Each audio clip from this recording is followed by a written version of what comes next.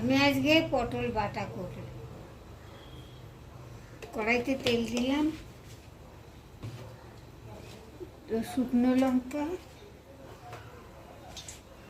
কালো জিরে, পেঁয়াজ কুচি।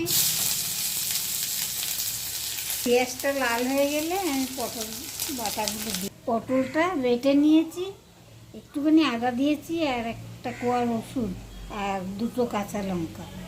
এবার আমি এই পেঁয়াজটা লাল হয়ে গেছে, কালো জিরে দিয়েছি, শুকনো লঙ্কা দিচ্ছি।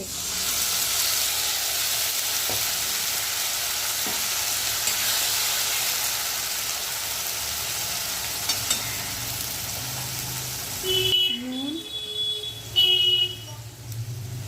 একটু হলুদ, পরে একটু মিষ্টি দিয়ে দেবো।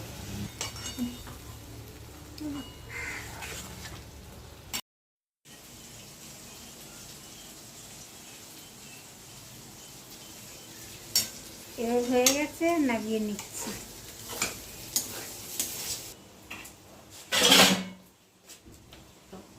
এটা আমি পটল বাটা করেছি।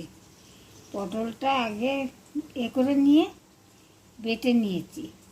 বাটার মধ্যে দিয়েছি রসুন, কাঁচা লঙ্কা দিয়ে বেটেছি। কড়াইতে একটু তেল দিয়ে ওর মধ্যে পাঁচফোড়ন দিয়ে দুটো শুকনো লঙ্কা দিলাম, দিয়ে একটু পেঁয়াজ দিয়েছি, দিয়ে নাড়াচাড়া করে ওর মধ্যে চিনি দিয়েছি একটু, দিয়ে এই যে লাল হয়ে গেছে যখন নামিয়ে নিয়েছি।